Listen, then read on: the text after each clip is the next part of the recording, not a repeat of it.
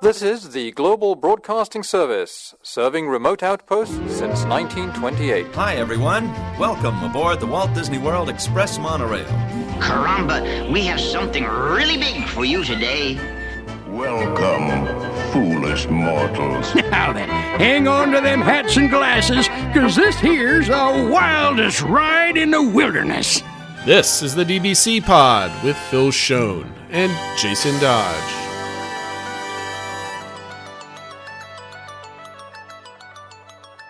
Hey everybody, welcome to this week's pod, special episode number 2, trip report, part 2 of my trip. I guess it's now a week ago, so it's slowly fading into memory. It's like I've never been.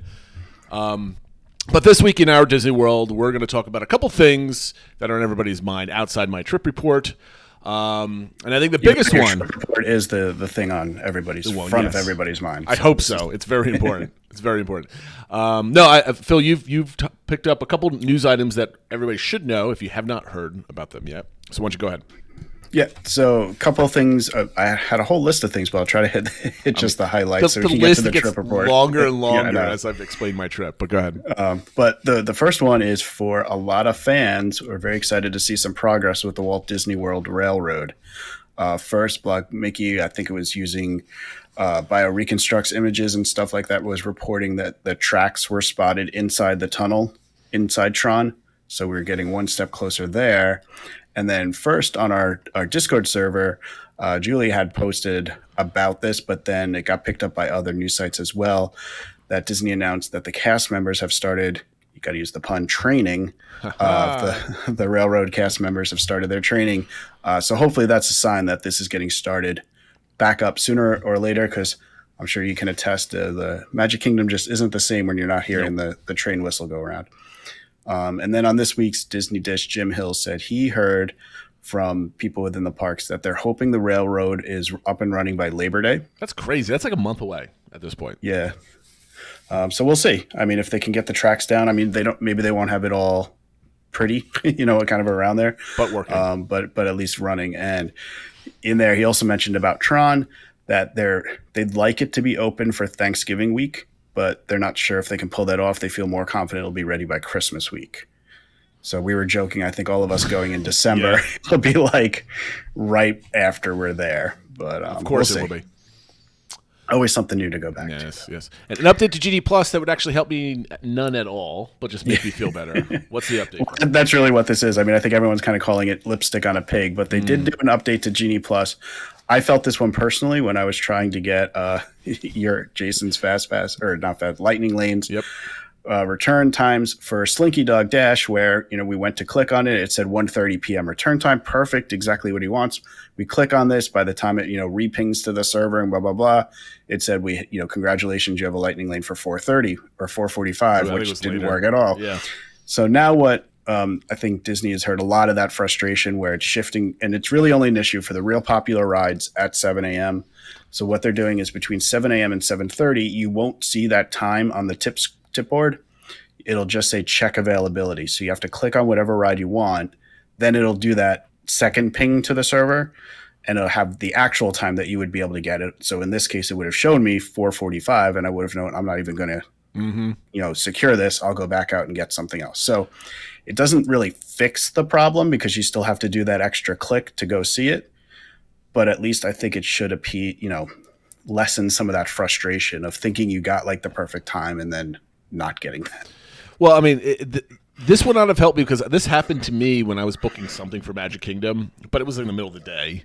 And I was like, oh, perfect. I got Thunder Mountain at 12:10, and it came back at 1:30 or something, and I didn't pay attention to hitting. I was just hitting buttons, and it was like, all right, I got it done. And then 30 minutes later, I was looking at it, I'm like, oh, I messed up. Yeah. So it can happen to you anytime. Avoid that, but I guess so. I think you see the ones where it gets pushed back like hours and hours and hours, really, for the popular rides at 7 a.m. So they're trying to minimize that. This is fine. It's good.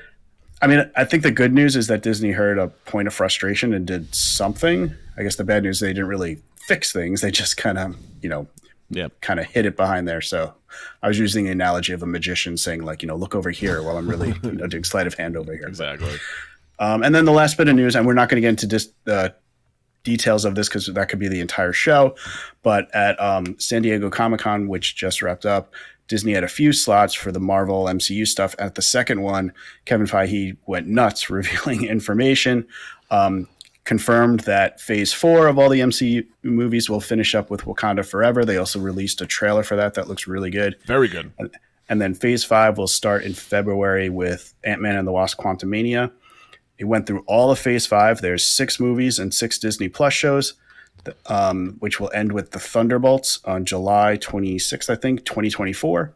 And then they even revealed Phase 6 has 11 slots, but they only revealed 3 things, including a Fantastic Four movie and 2 Avengers movies only 6 months apart. Which is nuts. That's not happening.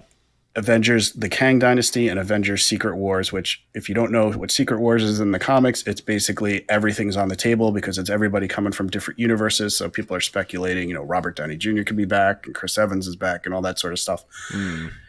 So like I said, we're not going to go into it, but it's exciting times, I think, for Marvel fans. Go watch, Screen Crush and stuff like that, where they break down everything in details and get into theories and stuff like that. And it's a lot of fun. Why should we even attempt doing that? Because we're not going to be as good as those guys who actually know the comics innately and deeply. Yeah. I just wanted to include it here. I was posting a bunch about it because I think it's really exciting. And it is. And I felt like Phase 4 kind of meandered. Like, while it was a lot of fun and a lot of good stuff, it meandered a little bit. So I was really excited to kind of see these lay it out a little bit more so we know what the end goals now are. To me, Phase 4 was just a bunch of B-tier level of entertainment. Excellent fun, but it was just like, wasn't epic. Kevin Feige even said a lot of it was just dealing with the aftermath of Infinity War and Endgame. So it kind of did feel like that. And I think now we're going to kickstart into what's like the next big thing. I think we should come back to this in like 3 years and find out what we really felt about Phase 4 after we started seeing Phase 5 and 6 kind of roll exactly out. Anyway, so let's get this out of the way. That's the news of the week I wanted to hit. Just a reminder of our social media accounts: Twitter, Instagram, Facebook, YouTube, and TikTok at the DBC Pod. The Discord server. In the last 4 days since we last recorded, there was no update to the Disney Comeback Index. No. We did have a new Discord member, though. Tom Bowie signed up. Welcome. So welcome to the Discord. And now I will turn it over to Jason. No, I'm going to turn it right back to you so I don't forget to do this. Why don't you do because we missed this, the Discord engagement stuff. Yes. Because I'm gonna go into a whole bunch of stuff and I'm gonna absolutely forget like I usually do to do the other things. So let's do that first. So last time we had a Discord engagement about what we wanted to see at Walt Disney World related to the Disney company's 100th anniversary. Everybody kind of said the same thing, that we're not expecting much after the 50th. But I think everybody is hoping that they actually acknowledge the history of the company, and we see stuff with Walt and Roy and stuff like that. So everyone kind of said the same thing, so I'm not going to spend too much time on that. But the new topic that we're going to launch this week, it was submitted by TikTok users SBrit5, asking if you could design a ride, what would you make? So what type of theme, what type of experience, what type of ride system, thing like that. So everyone kind of gets to put on their Imagineering hat and come up with an attraction for Walt Disney World Disneyland. We've done this before in years past. It's always fun. It's always fun to challenge what can we make that's not popular but just kind of silly. But I think we should ask everybody, you need to come up with something that's realistic, right? Yeah. It's not like you're putting a tiki bar on the back of the People Mover and you get to ride a 5-hour ride around the Magic Kingdom. Like, that's not going to happen. So let's have some fun. We'll do it that way, and we'll cover that next week when we don't have a trip report to go over anytime soon. Okay, so Trip Report Part 2. This is where we left off. We did the arrival day where we did Hollywood Studios right off the bat, went right into the Magic Kingdom and basically crashed because of thunderstorms, hail, rain, and everything else like that. And then we did day 2 where we did all 4 parks in one day.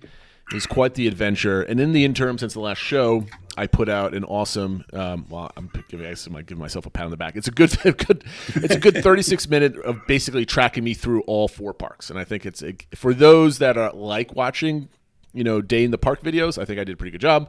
But more importantly, I think you can get the cadence of how I did Genie Plus throughout the day if you're paying attention. So I was going to say that was really helpful. As you even showed, I think at some points on the side of the screen, like here's my phone and stuff, like here's what I'm doing and stuff like that. I think it was helpful. Yeah. So you kind of get an idea. So like there was somebody on WDD Magic forums that asked, "Can I see your video? Because I need to know how to use Genie Plus when I'm park hopping." Because you go out there, there's nothing on YouTube anywhere where it says, how do I use Genie Plus when I'm park hopping 4 parks, let alone 3 parks? And there's some on 2, but it's, you don't really, you get that planning paranoia of like, how do I exactly use this? Yeah. And this might make you a little bit more comfortable. It's not that difficult. It's just very engaging, I guess is the right word to put it. Like you're spending all your mental energy doing it, like I talked about last week. So that being said, we're going to do the next 2 park days, and then I'm going to kind of review the resort and then maybe some of the dining stuff if we have enough time. Maybe I'll just ask, as you're heading into this, knowing that you got a full Hollywood Studios day and you hit all the 4 parks already, it seemed like you got like a lot of attractions done. So how did that impact like your thought process going into the last 2 days? Well, I mean, it affected my wife in day 2. She didn't want to go back at all. So we kind of, if you watch the video, she's like, let's not even go. I'm like, no, we got to hit all 4 parks. So what you'll find out today is, so the original plan for day 3 was going to be our Epcot day, right? We were going to spend the day we wanted to hit up Remy's. We wanted to do food and wine and do it the right way. And then end the day watching Harmonious for the first time. So that was our objective. But because I had hoppers, that meant that I had to use them. So I picked a park at random, like, where are we going to go from Epcot? Well, the Skyliner is super awesome and easy.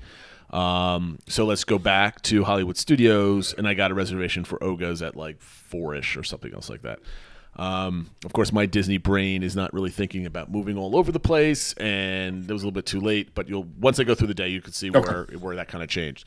Now, to answer your question, I still was planning on doing Hollywood Studios. I had even actually, let me just go through the day because I'm getting ahead of myself here. So we're super exhausted, but my wife is like, her primary objective for this trip was to get on Remy's, right? That's what she wanted to do. So like, okay, so we woke up at 6:59. Well, I didn't wake up at 6:59. I got up 6:59, hits a row. I'm getting ready. I get Remy's for 9:40. And then I get a Cosmic Rewind for 11:30. That's the individual lightning lane, and virtual queues were now empty. Okay, so that was my priority though. It was Remy's, individual lightning lane, and then virtual queue. So I hit 2 out of the 3, and I was pretty quick with it. I had it all set up. The tip board, I believe, screwed up on me, so I had to actually do the scrolling because I had them pinned to the top. As soon as 7 a.m. hit, they all got erased for whatever reason.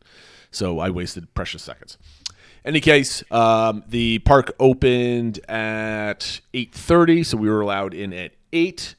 So we got up, we were on the Skyliner at 7:48 in the morning.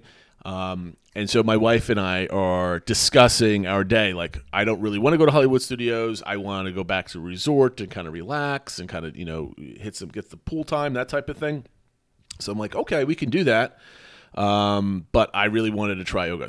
And she's like, well, do you want me to cancel it? So I'm like, no. Okay, fine. So I was thinking about how do I cancel it? Because I couldn't cancel it the night before because we were having the same discussion because it was within the 24-hour period. Right. So you can't call anybody. The chat is basically useless. So I was going to go over to a guest experience booth and have them help me out with that type of thing. That being said, she kept changing her mind. She's like, okay, we'll do it. I'm like, okay, if we're going there, I'm buying Rise. So at 7:56, I bought an individual lightning lane for Rise for later in the day. That kind of lined up perfectly for when I think it was like at 5 o'clock or something else like that. Okay. So at 7:57, we got off the Skyliner and we tap in at 7:58. Just to give you an idea, we were on the Skyliner around 7:40. It's about a 10-minute Skyliner ride. It's awesome, right? That's one of the best things about Caribbean Beach, which you'll hear about later, is we got to Epcot right away, and it's nice and relaxing. It's relatively quiet. You get a nice breeze, and you're just off you go to Epcot. So we get to Remy's at 8:05. We were able to get in a little. We were able to just kind of walk. I want to say we tapped in. It was like 2 minutes early. We were still letting people through. Mm-hmm.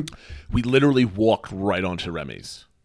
So if the crowd and that's levels, nice because with the Skyliner, you get in at the international gateway entrance, which is like right there. Exactly. So if you want to make sure you don't have Genie Plus, like because Epcot's really not worth it for Genie Plus.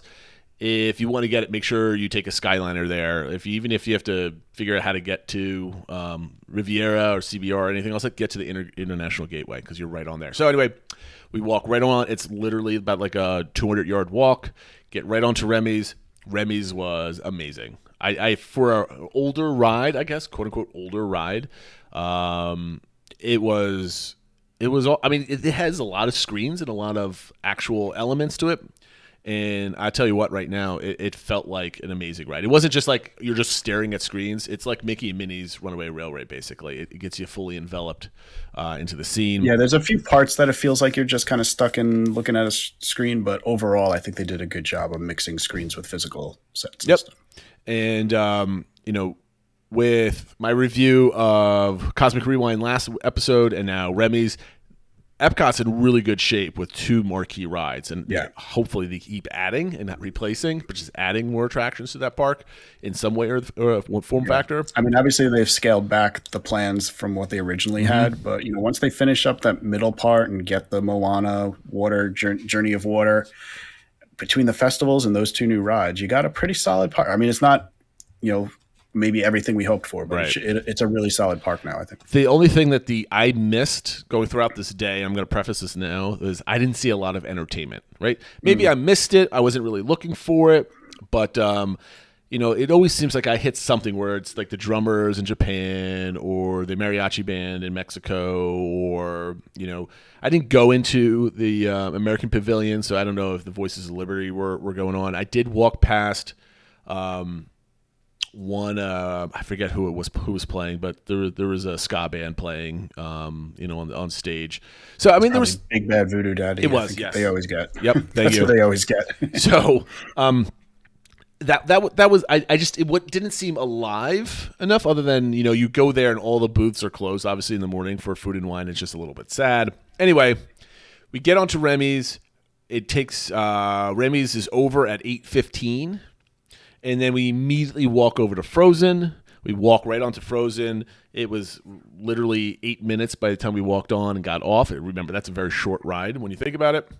And then at 8:48, we went right onto Test Track, and we had about a 45-minute wait that was posted at that point. So this was the 3rd attraction that we have waited over a half hour for. Now, if you remember, day 1 was Slinky Dog. Day 2, it was Splash Mountain in the evening. And now in day 3, it's Test Track. This is the only way I was getting on. I wasn't going to do a lightning lane for 4, 5, 6 o'clock because A, I was probably not going to be there, and 2, I want to do food and wine. I don't want to be waiting in line for attractions in the evening, right? So with Test Track... And at the end of the day, because it seems like at Epcot, the other rides don't get much of a wait. So, if you have one long line... for a day. That's not bad. Oh, that's great. No, I mean, that's the reason why we did this, right? Yeah. So walking up through the World Showcase, we finally decided to cancel out everything at Hollywood Studios. We weren't hopping that day. So we went to the guest experience booth, and I was like, we're not going over to Hollywood Studios. Can you help me cancel my reservations and my my individual lightning lane? He's like, no problem. Canceled your ills. Money goes back. He's like, you sure you want to cancel Oga's? It's very hard to get. I'm like, yeah, it's fine. I'll cancel. So you sure? I'm like, okay. Because what happened was I got a reservation for Space 220. I booked that around 9 o'clock because it popped up for reservations at 12:15. So I think it was 12:15. I just skipped through. Yeah, it was right around 12 o'clock. And I'm like, okay, we're going to do this. I've been wanting to do this restaurant for a long time. The initial reviews were not too bad, so I wanted to check it out. So that being said, 9:37, Test Track is done. So okay, we're at some point. Excuse me, we canceled rides after we got done with Test Track. I should actually be reading my notes here. Test Track's done. We walked right onto the Grand Fiesta Tour because we haven't done that in quite some time. Obviously, that's just a walk on. It's really, the building's really cool, so we checked that out. Canceled Hollywood Studios because, to answer your initial question, it was like we had done Hollywood Studios 2 days. The first day we were there for a solid 6 hours, and we've done everything. My wife doesn't want to do Indiana Jones Stunt Spectacular anymore because she did it already when she was like 16. She's like, I don't need to do it ever again. I'm like, but I've never done it. But it doesn't really make a difference. I wanted to do the Frozen sing-along, but my wife didn't want to really do any kind of indoor kind of like show type things at that point. So we didn't do that.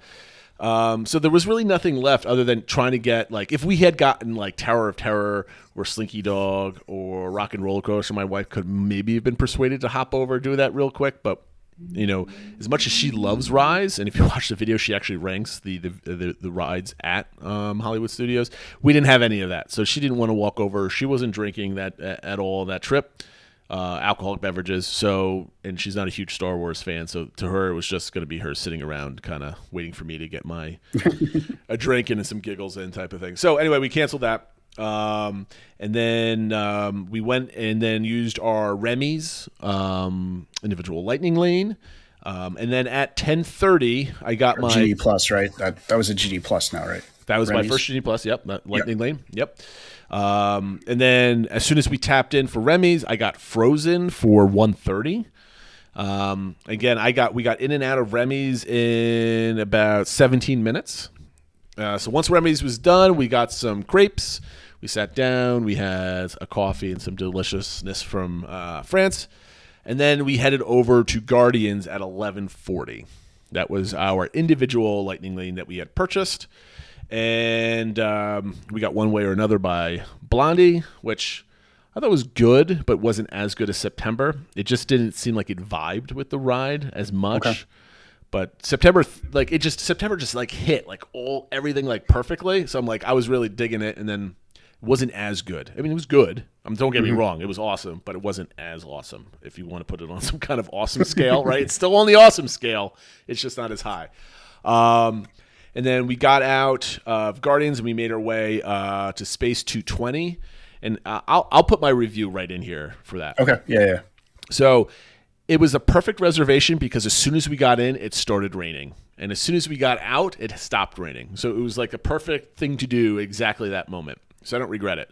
I didn't realize when I booked it that Space 220 is a prefix menu for lunch. And it's $55, I think, per adult. It is totally not worth the money at all. Do not go there for lunch. The food is decent. I mean, I had a pomme frite. The steak was good. It was cooked to perfection. It was very yummy, but not for that money that I spent. We got 2 appetizers that were actually pretty good that my wife could eat because she's a vegetarian. I guess her main course was some like corn-based pasta or something that she was like, it's pasta. It was good, but it wasn't like, why am I spending $55 on this lunch type of good? So I don't think there's any value for the food there. And I think you can still get like a lounge reservation where you could just have like a drink and a snack almost there. Yeah, they have the lounge where it's not the prefix. And to be honest, I'm still confused if you can do the reservation for that or just the walk up. So. So that being said, the room itself was like kind of cool, but the screen is actually really boring. It does not feel like you're in space, in my opinion. It feels like you're watching a screen with some stuff floating by, like you're watching a gallery screen. It did not feel like a space station or anything else like that. The sounds there were too zen for me. Like this is like, we think this is what a spaceship should sound like, and it just didn't. And I was pretty let down. That being said, if the money does not bother you, or you can get an access to the lounge, it's definitely worth like one and done. Yeah, I was going to say, because we did that as well back in October, and I felt like we did lunch as well. I didn't mind spending the money we did to do it once. It's like the perfect definition of a one and done. I'm glad I experienced it. I think the food is good enough that I don't tell people to avoid it. We enjoyed our food, but yeah, it's not worth the money. So it's not, unless they change it up and start adding more action going on and showing the Earth actually, like moving. The clouds don't even move on the Earth and stuff like that. So it feels very static.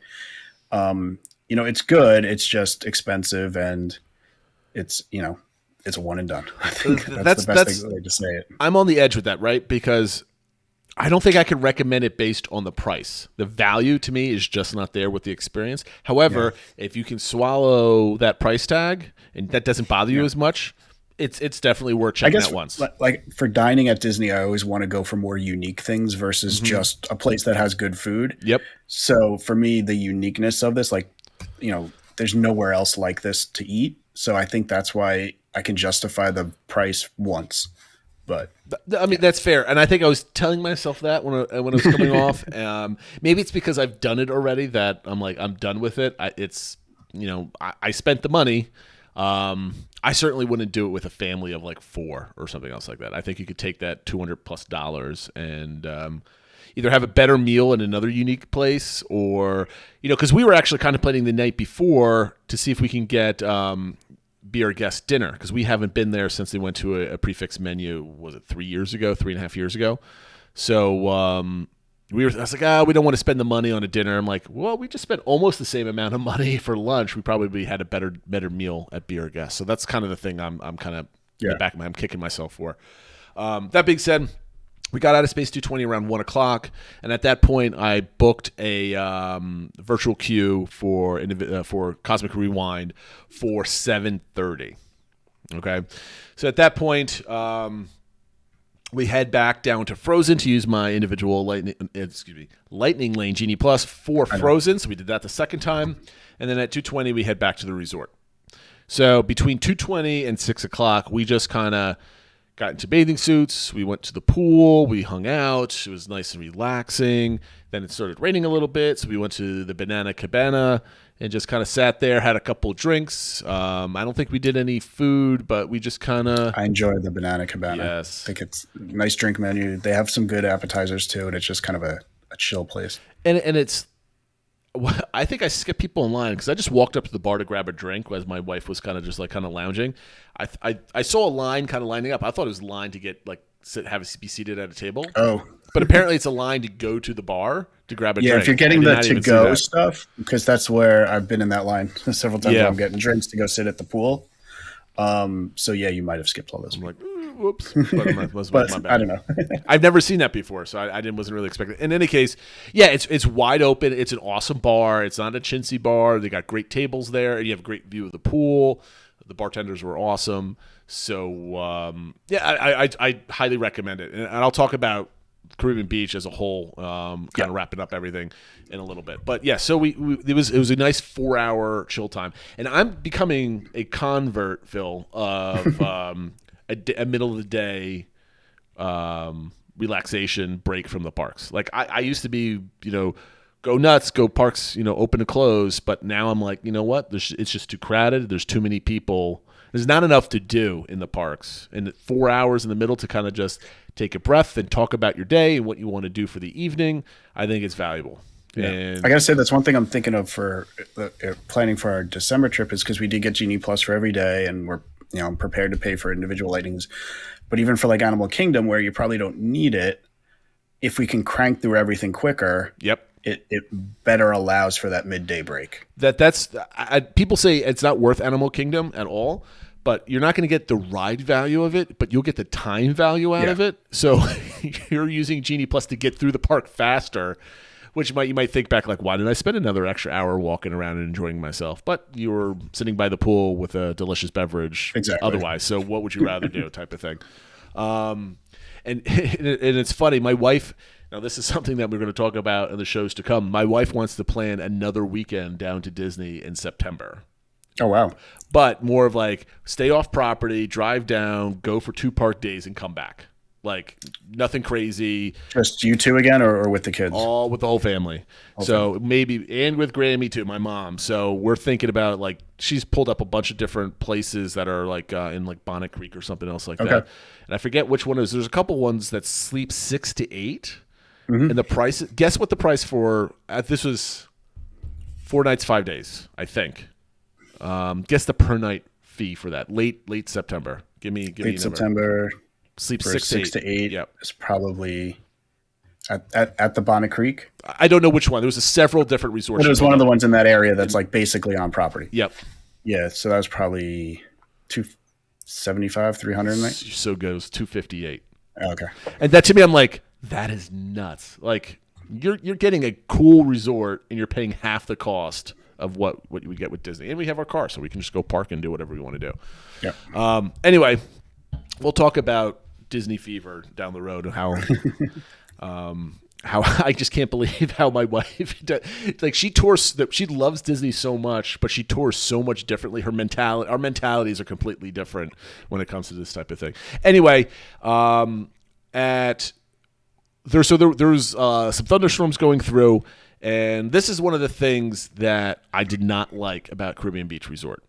And this is going to tie into some of the other things about it. So the Skyliner was down because of thunder. And, we got to the bus stop around 5 because if typically, if you guys didn't know, if you're at a Skyliner resort, you do not have any buses to Hollywood Studios or Epcot. Like, they're gone. But they put out extra ones when the Skyliner's down so you can get to the resort. At 5 o'clock, we waited at the bus stop for an hour to get a bus to Epcot. And it never came. The Skyliners opened back up, and we just ran over and got the Skyliner and went back to Epcot. The issue is we saw 4 buses for Animal Kingdom. We saw a handful of buses to Magic Kingdom. We saw 3 buses to Hollywood Studios and no buses to Epcot. I was calling people. I was asking the bus drivers, can you radio in and just kind of make a mention about Epcot, that type of thing? And I think it might have been because we were staying in Jamaica, which is on the other side of the property. I think Epcot buses were getting a little full. Oh, they never got to us. So they might have come to the resort but not got to your stop. Yeah, so who knows? That being said, at 7 o'clock, we arrive at Epcot, which I was really disappointed because we lost basically an hour of eating and drinking and running around. But we got our fill, though. So, just to kind of brief, I'm not going to do a food review of Food and Wine. There's plenty of people that do it better with pictures and prices and everything else.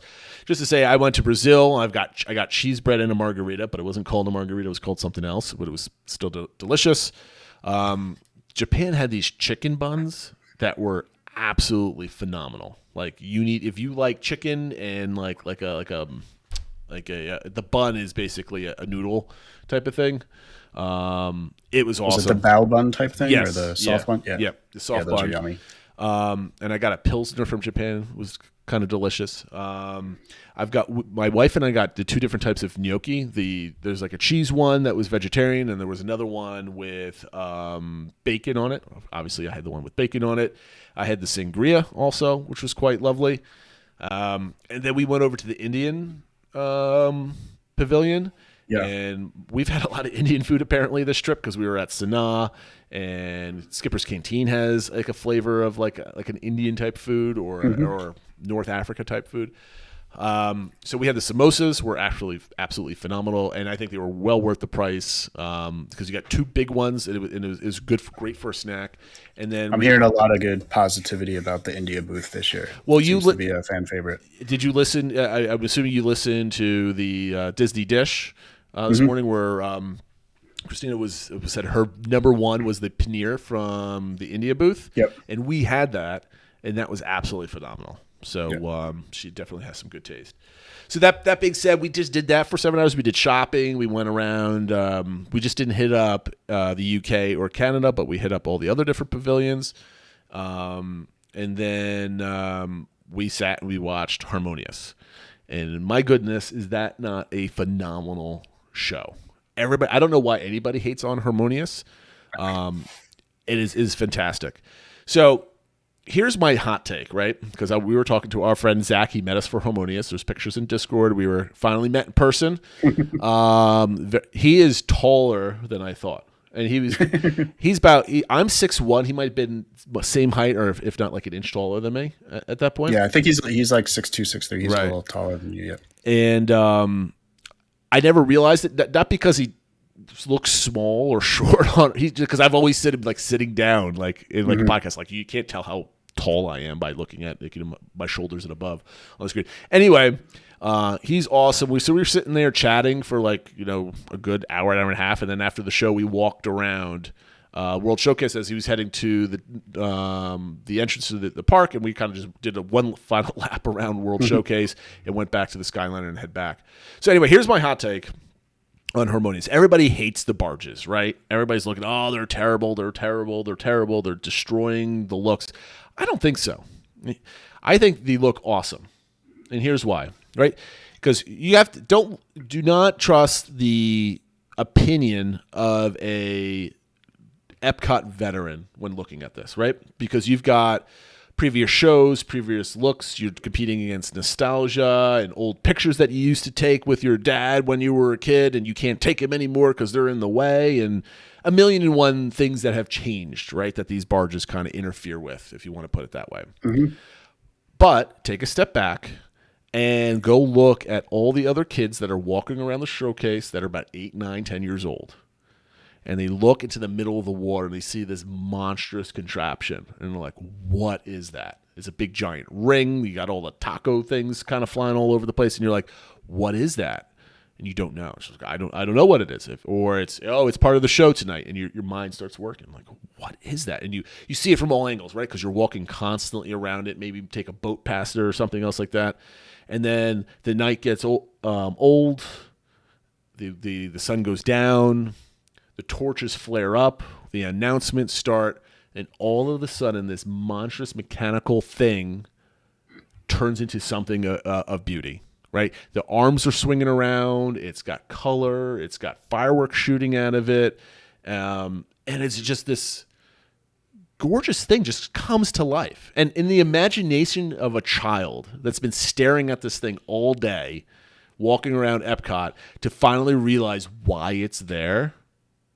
How can you not sit there with child wonderment of this invention of man that puts out color and sound and explosions and all this other stuff?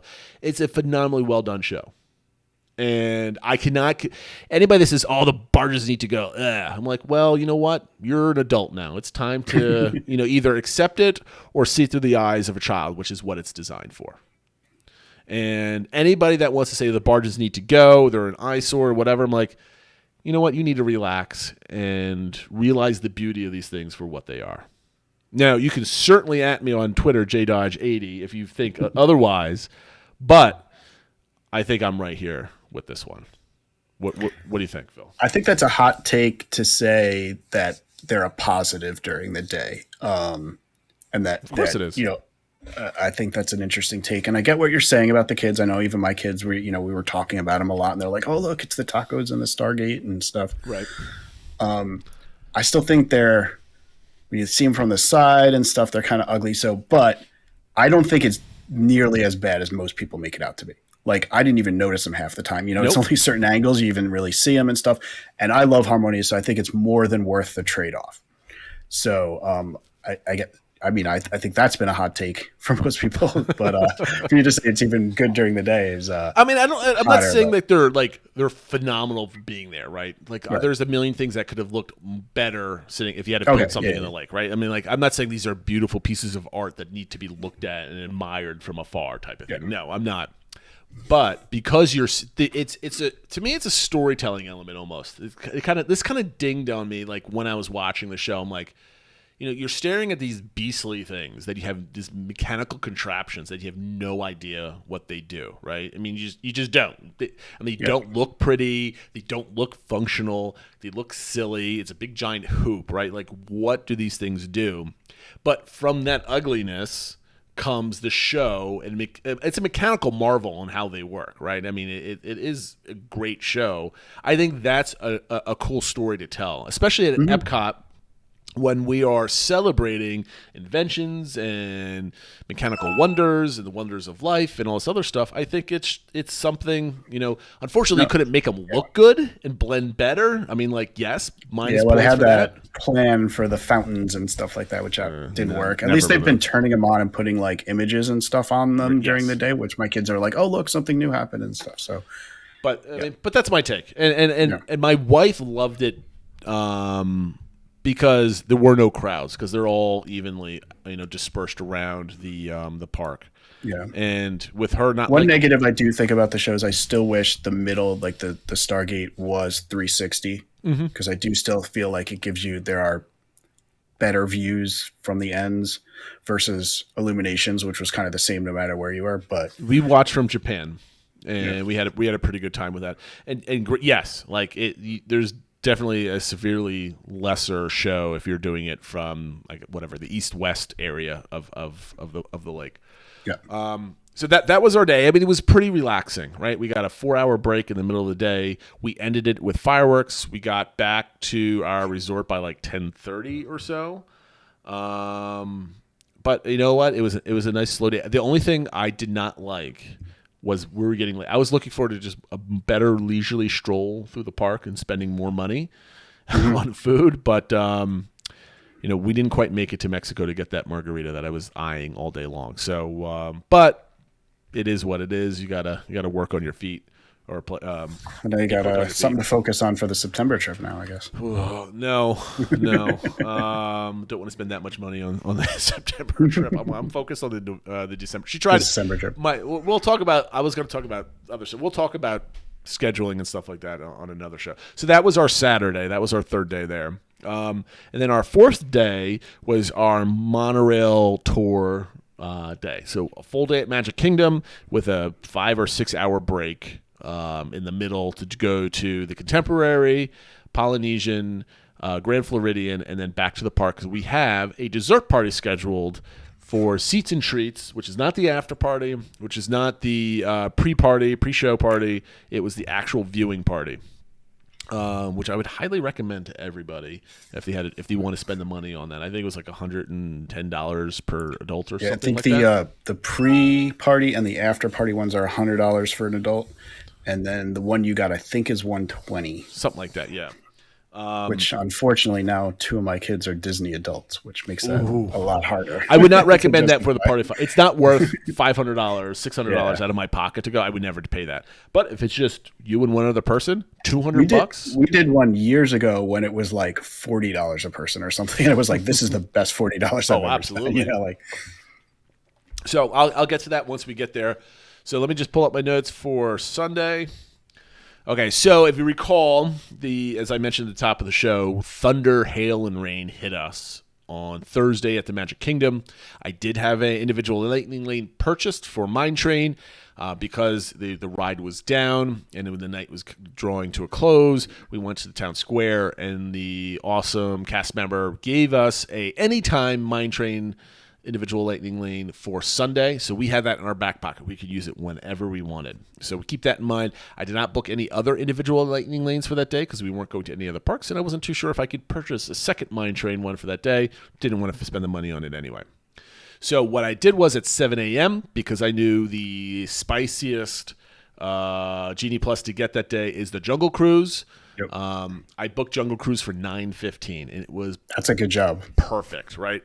I'm a pro after 3 days of strangling Genie Plus. I knew what to do. Boom, Jungle Cruise was done. My first thought was when you're doing your setting up your tip board, because if you didn't know, if you go to My Disney Day, you can then select any number of Genie Plus options, and they now on your tip board are at the top, so you don't have to scroll all the way down because they're in alphabetical order. They just kind of hang up at the top and they're pinned. However, before I was picking like about 4 of them. Now I'm like, I don't even care. I'm picking out the 1 or the 2 that I'm getting, the individual lightning lane and the regular lightning lane that I'm getting. So Jungle Cruise booked for 9:15, which was perfect.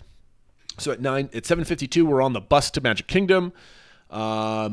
And then I didn't record what time I got there. It's usually around about a 17-minute drive. We walked right in. We walked right up Main Street. We didn't wait for any food, or I think we might have done one picture because we were lining up for rope drop for Peter Pan at 8:30.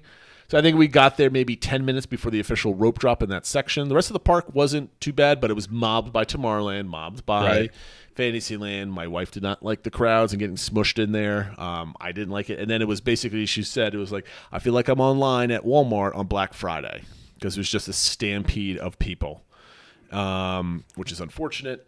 So anyway, she wanted to do Pan. That was one of her primary objectives for the park, and I was not getting a lightning lane for Peter Pan. So let's rope drop it. And she was all about it. We got the line wasn't in the queue yet, but it wrapped all the way up and down towards Harbor House, and then all the way kind of doubling back. By the time it kind of went in, it just kind of all the queue sucked everybody in. That's what happens in the morning because they haven't opened up the queues. Correct. So it's just like, I remember we did that for Mine Train, and it looked like this is like a 4-hour line, but it's just because the queue space hadn't been opened yet. So we're online at 8:35. We get off of Peter Pan at 8:59. So the wait was actually maybe like 15, 20 minutes at most. At that point, we got off Pan, and then we went to Jungle Cruise at 9:10. Again, here's the trick everybody needs to realize: getting in, especially at Magic Kingdom, getting into a line and dinging in allows you to book the next lightning lane if you're out of your 2-hour window, right? So we didn't have any lightning lanes. Either we wait or till 11 o'clock because the park open was at 9. But because at 9:10 we can immediately book another one. So you can get into an attraction 5 minutes early. If you go to the cast member and you're 5 minutes over 5 minutes, sometimes they let you in, sometimes they don't. Probably not so much earlier in the day when there's a lot of people getting in.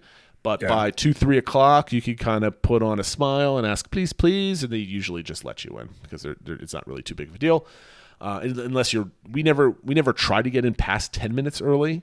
So in any case, you can get on lightning lanes later too. There's almost a 15 to 25 minute grace period for getting on attractions. So keep that in mind too when you're park hopping. If you don't know exactly when you're going to get there, you still have an extended window after that hour. I believe that the official message to cast members is 15 minutes, but like same situation probably if you're 18 minutes or 21 minutes. It's up to their discretion. Yeah. So that being said, once we tapped in for cruise, I booked Splash for 12:10, and this is the one that I thought I was getting 10:30, and I was very excited about that.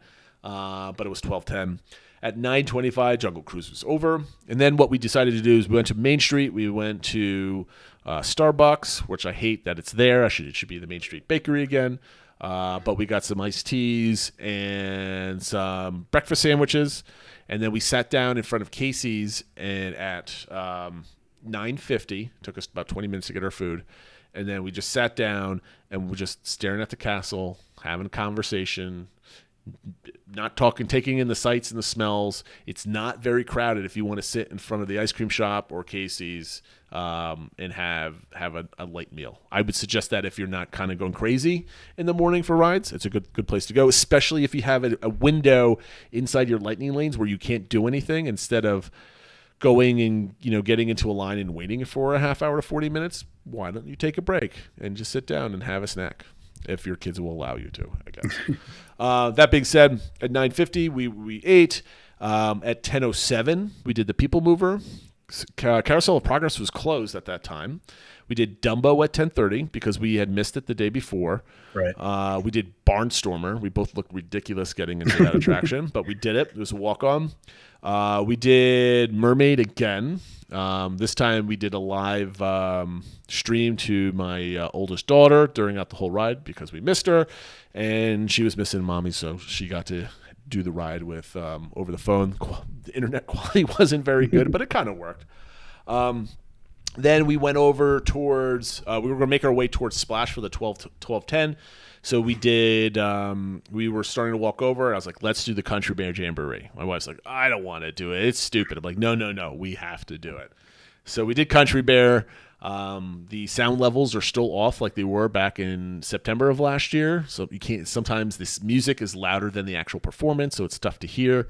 So you got to work on that a little bit. And then as soon as we get out of Country Bear, it's 11:50, and it's time for the Festival of Fantasy. Which is right where it comes out. So that's the beginning of the parade route, and it was perfect timing. I didn't think we were going to get a chance to see this because we were going to go grab lunch. But anyway, we sat there for the whole parade. The dragons breathing fire. I'm a happy man. I got to see that again. And nobody beats a good Disney parade. I mean, the fact that they don't have one of these in the evening is a crime, but that's a story for another day. Yeah. That being, do you think, because you've seen it before, right? Was it noticeable that they have fewer performers now, or did it not really hit you and you just kind of enjoyed it? It was great. I was streaming it to my youngest daughter. I was showing her all the princesses and stuff like that. Snow White and all the seven dwarves. You have Rapunzel. You have Mickey and Minnie at the end. You had Anna, Elsa, and Naveen and Tiana, kind of in that rotating type of thing. They're on either side of a wall. You had the Fab Five at the end. I mean, I guess it's not as long. I just don't remember how long it was. Yeah, I mean the section that cut is the Merida part, and then there's just less not characters, but the dancers, the performers, and stuff like that. You don't need that. I mean, your eyes are on the characters anyway, right? So, I mean, a bigger parade is great, but I don't think it's absolutely necessary. And I think Disney knows that. But it was really fun. The entertainers were great. You saw all the characters, and it just didn't feel. I guess you're right. I didn't even consider this when I was watching it, but it was not as full, I guess. Yeah, exactly. Right? Well, that's exactly what it is. Yeah. But I didn't notice it at the time, so I guess Disney knows what they're doing, I suppose. At 12:25, we get in line for Splash. So we have that lightning lane that we're doing, and then now I have to start stacking for the evening, right? Because it is a Sunday and it's not going to be as busy, so that means the Genie Pluses aren't going as fast. All the return times are for like current times, like 1:30 or no later than 3. So I'm like, okay, here's the issue. I can't just go on Splash and relax and go to lunch. I have to constantly be scrolling on my phone. What are the return times? What are the return times? What are the return times? Because God forbid I don't have a lightning lane for when we get back to Magic Kingdom right away, right? So again, of course, my anxiety is going up. I'm like, I got to do this. Not my anxiety. Don't get me wrong. I know what I need to do, but this is the one thing I keep caring about. This is what I have to do. This is what I have to do. So we get off of Splash at 1:05. We got stuck on Splash, by the way. You know that last drop before you get into the laughing place where Brer Rabbit is kind of popping up and he kind of laughs at you, and Briar Fox is kind of like pushing the bear into a cubby hole type of thing, and there's just it's like probably the biggest drop before the last one. We got stuck there for a good 20 minutes, and that rabbit was just laughing at us the whole time. And we were literally right at the precipice. So when the ride went off, we were just all of a sudden it was just like, here we go, boom, and you just went down. It was kind of cool. Now, I've been on this ride so many times.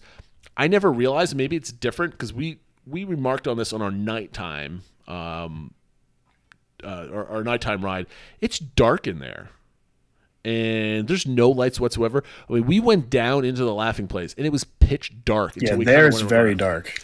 And I always thought there was some kind of light so you can kind of see as you go through, but it was literally pitch black. There's just black light for like lighting up the colors and stuff, and maybe they weren't all working. I don't know. I guess nothing's working because it was it was super dark, which was kind of cool. But I thought there was some, not like lights going down, but like enough hint of a light so you can see the end of the drop as you kind of go through, but you couldn't. So maybe I'd always missed that. I don't know.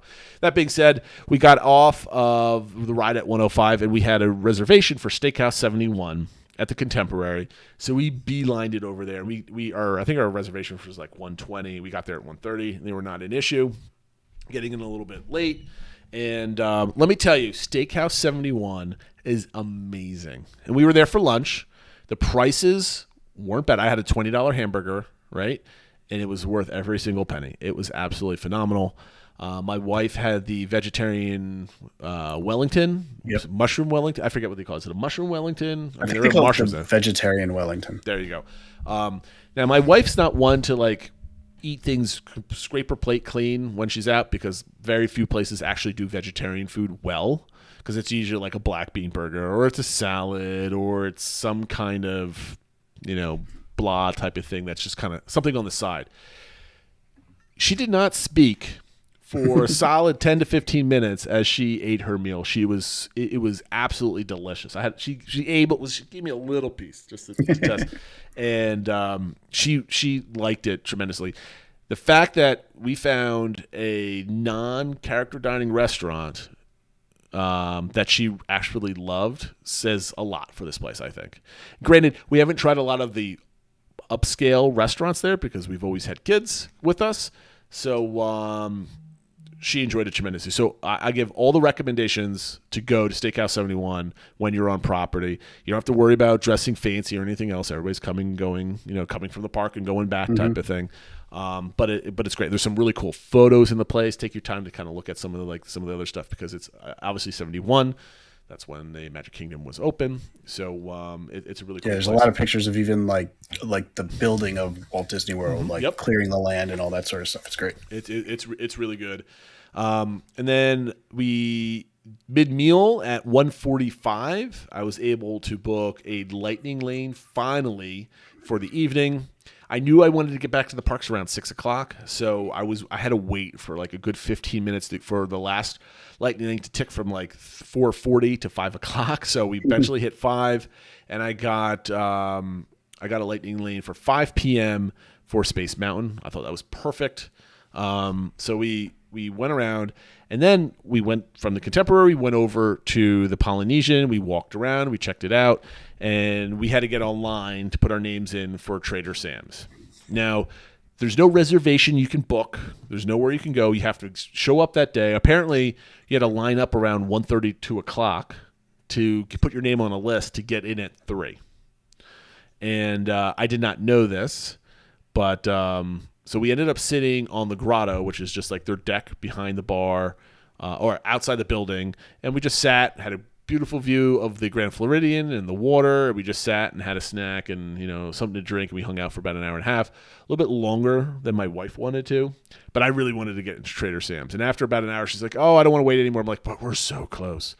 So we ended up going in. If you haven't been to Trader Sam's, it's a really fun place. I had just seen a TikTok of a bartender that was kind of making fun of somebody for driving all the way from somewhere just to order a Bud Light at Trader Sam's. And I was telling the bartender that, and he's like, oh, he's right over here. So the guy from the TikTok that got millions of views is like right over here. He comes, says hello, and he takes care of us. He was really cool. So we had a bite to eat, a couple drinks, and then my wife was all into it. She got her own tiki mug drink thing with a glowing ice cube. Why she spent the money on that, I don't know, but it's really cool to have that glass now, I guess, or a plastic mug. So we went from there. We hopped on the monorail to go over to the Grand Floridian, and we didn't have enough time to sit down and have tea or something else that she wanted to do. And my wife's looking around. She loves the style, Victorian type style that's inside, and she's like, we should have come here first. And I'm like, all right, next time we'll do that. But we went in to see the Enchanted Rose, and she really loved the new look in there. We got our pictures taken with Cinderella's slipper. There was a photo pass in there, which I wasn't expecting, but we got some cool pictures. We walked around a couple shops, and then we went right on the monorail back to the Magic Kingdom.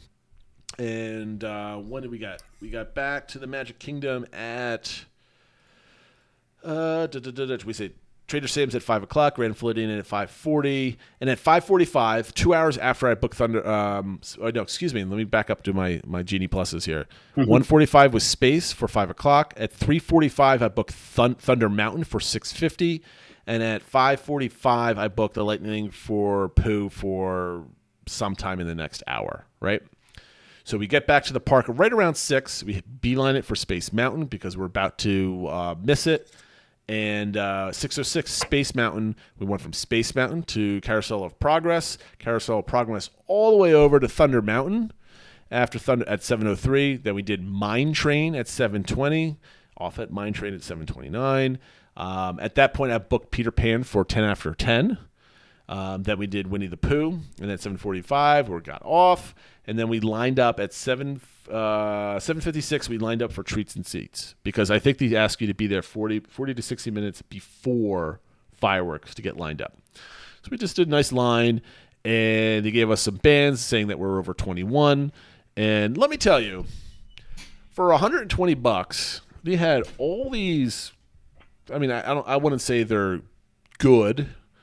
And definitely not bad, but they were delicious, like your typical catered kind of like, desserts that you would see at like a wedding or something else like that, right?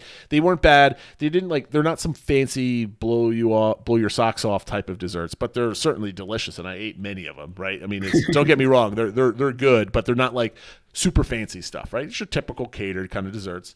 They had cheese, and they had like some bread that you can kind of eat as like a salty kind of dessert, and bottles of wine and champagne and beer and coffee, tea, juices, whatever you might think of.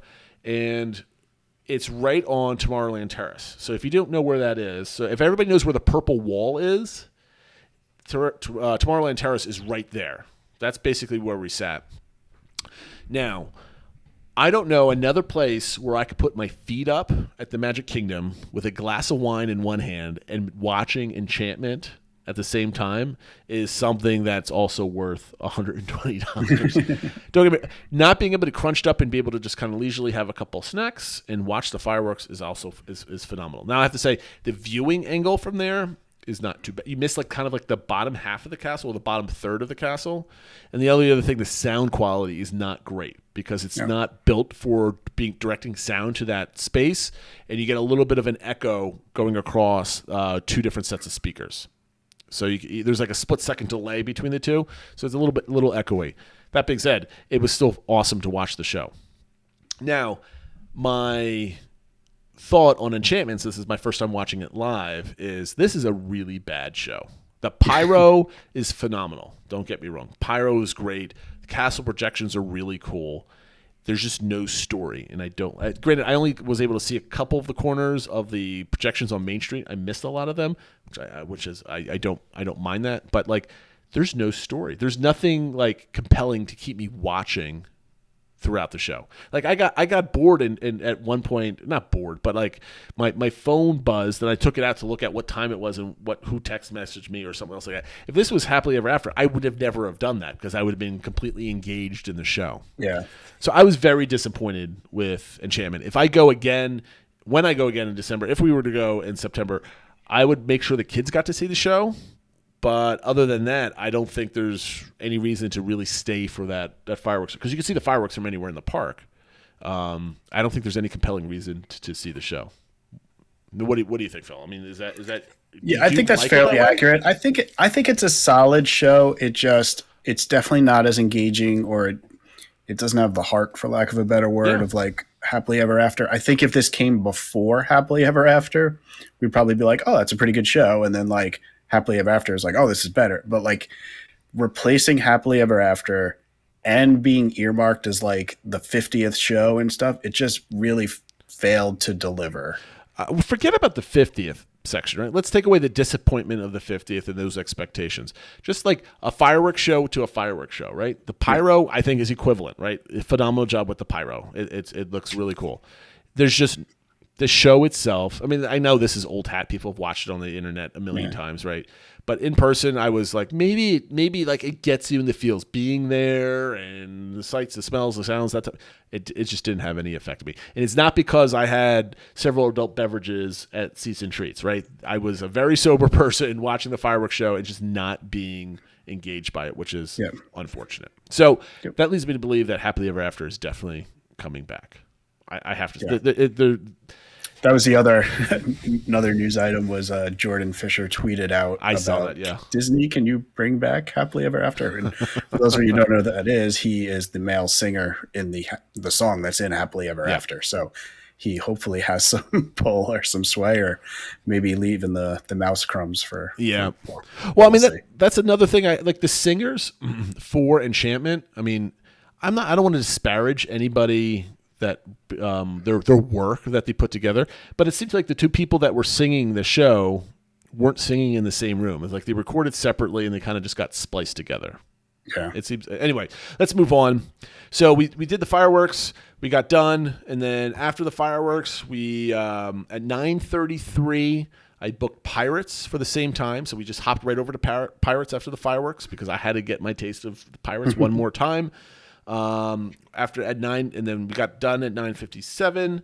At 9:57, we booked Haunted Mansion. We did Haunted Mansion, and then it was time to go. We still had Peter Pan for. I think we canceled Peter Pan at that point because we weren't going to make it. We ended up doing some of the other things, and then we got off at Haunted Mansion at 10:43, which is right before the park was closing. They were announcing fireworks at 11 o'clock. My wife said, "Let's go and beat the madness leaving the park." Now, let me tell you something else. Double fireworks, parks open to 11. On the surface, we talked about this a couple weeks ago. We thought it might be a great time to go on extra rides. Yeah. How the place is swamped. The park is not a good place to be during these events. And because it's not only is it mobbed, but it's dark. You're tired, and it's at the end of the day, and you have just more and more frustrated people that are trying to get to do things, right? Not that I didn't see any fights or anything crazy like that that's being posted, that's happened twice in the last couple days. But like, when the parks are at night, I expect just like a little bit of a slower tempo and people winding down their days.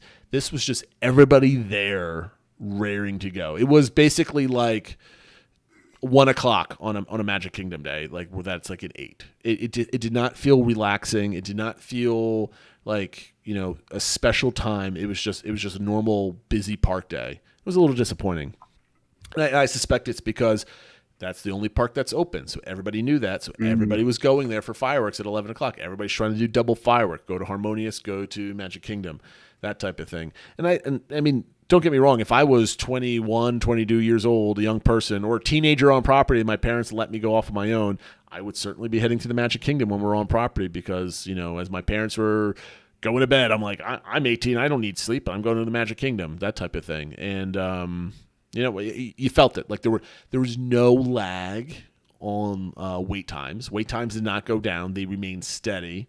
And the park was super crowded. So if they ever do that again, just expect the park to be slammed just like it was at 4 o'clock. There was no change to anything whatsoever.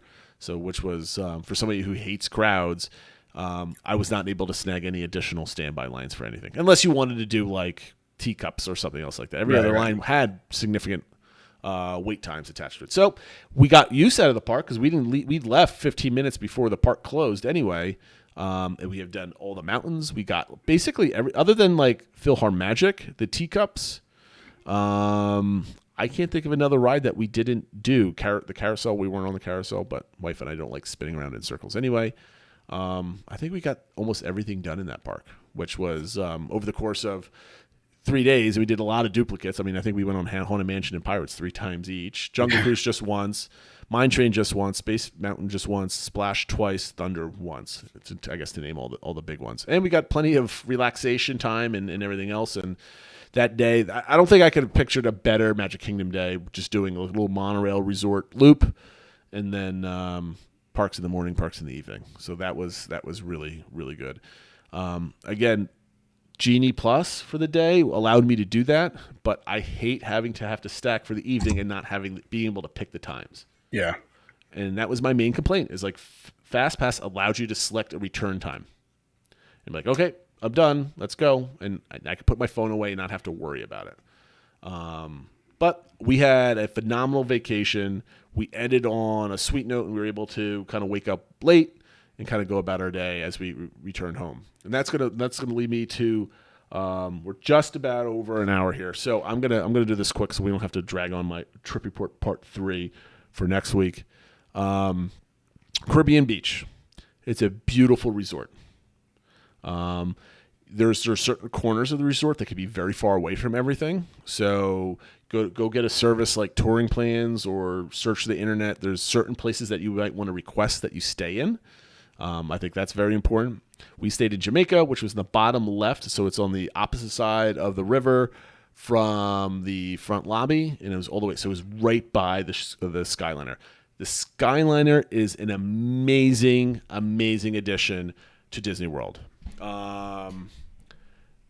You could hop on the Sky. It was a 5-minute walk to the Skyliner, and there's no waits in the Skyliner station early in the morning. I never saw any lines or anything else like that you kind of had heard before in some of the other resorts when it first opened.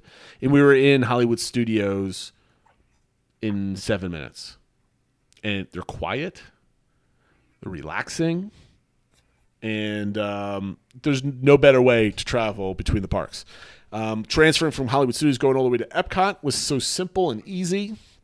Because we were staying right there, that resort has a higher value to me. And I was looking for just random days later this year. The difference between Port Orleans and Caribbean Beach is like $8 a night for the same room. And sometimes it's even cheaper. I mean, that's right. What usually, even before, that's why we wound up there a lot, was for rooms that sleep 5. That was generally the cheapest option. And it's a better resort. Just because, like, a lot of people like certain places because they're tied to nostalgia and memories and stuff like that, and that's a perfectly valid reason to go there. Because I don't have a home resort. I like trying different ones, right? But we're going back to Caribbean Beach in December because it was the cheapest place to go, and it's a great place. We didn't eat at any of the restaurants, though my parents had eaten at Sebastian's earlier in the year. They said that was really good. We weren't looking to have any sit-down meals at the resort itself. We already talked about the Banana Cabana. That was very good. The pool is pretty big, and they have a nice splash pad. So with kids, there's plenty of stuff to keep them busy. And an afternoon of swimming, they have like 2 slides and everything else. Plenty of lifeguards. There's really isn't like that one side of the pool where sometimes gets annoying where they blast music and all the adults play like with a giant like volleyball trying to hit it or kind of do activities in the pool type of stuff. It's big enough where you can kind of just sit and relax, and you can watch the kids run around and play and not have to worry about drunk adults or anything else kind of running around doing stuff like that. The lobby itself was really cool. The food court is really good. I did mobile ordering. I was able to get my food in like 2 minutes. As soon as I walked up, it was ready to go. I really like that. Good selection, good availability of like beer and wine to bring back to your resort.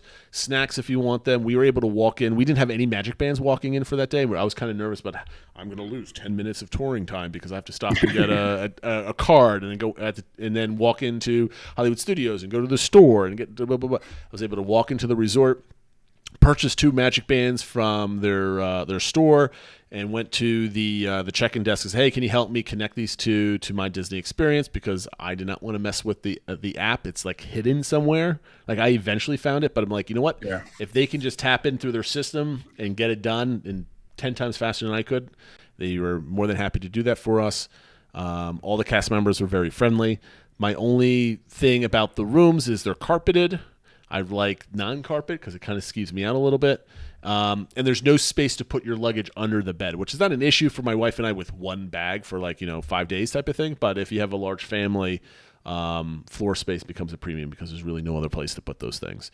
So I think that's the only thing people were talking about this years ago when they did their refresh in 2018, I think it was.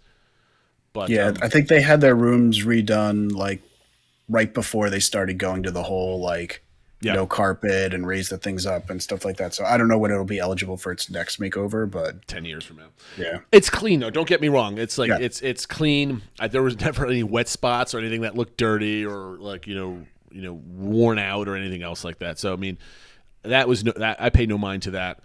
I do wish they would somehow incorporate the table and chairs in these rooms differently, because you'll just end up throwing stuff on there. I guess people sit there and have a cup of coffee on it or maybe eat a breakfast on it. I would like to be able to see that pulling out from the wall type of or yeah, well, like I know that's what they did in all the values now, where they have the Murphy beds, and when the bed's up, that's where the table is. Perfect. So, yeah, I'm down with that.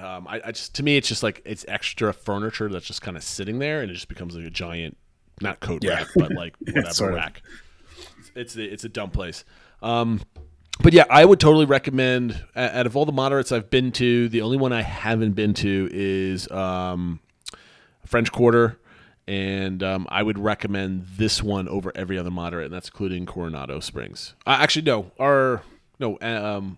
and animation, Art of Animation are still considered value, correct? They're values, yeah, except for the family suites. I think they consider moderates, but the resorts themselves are values. So I would highly recommend Caribbean Beach Resort. And I'm just going to end this with that. Skyliner is definitely better than the Monorail. And screw all your Monorail stands out there. I'm on Team Skyliner. That being said, anything else, Phil, that I think I left out? I think I hit everything. Hopefully that was entertaining for all you guys. My choices with how to do Lightning Lane. If there's anybody that wants me to summarize it even better in like lines of text, I can kind of copy my notes out. And you can kind of see if some people want to see that. We can certainly put it out somewhere on the internet so you can kind of see it. But that being said, I think the show's been going on long enough. We'll get it up tomorrow, and then we'll see you next time. Don't forget about the DBC engagement on Discord. And then we'll talk about it next week's going to be a normal show. I promise you won't have to hear me rant around about my stories about going down. But thank you, everybody, for listening, and we'll see you next time. Take care.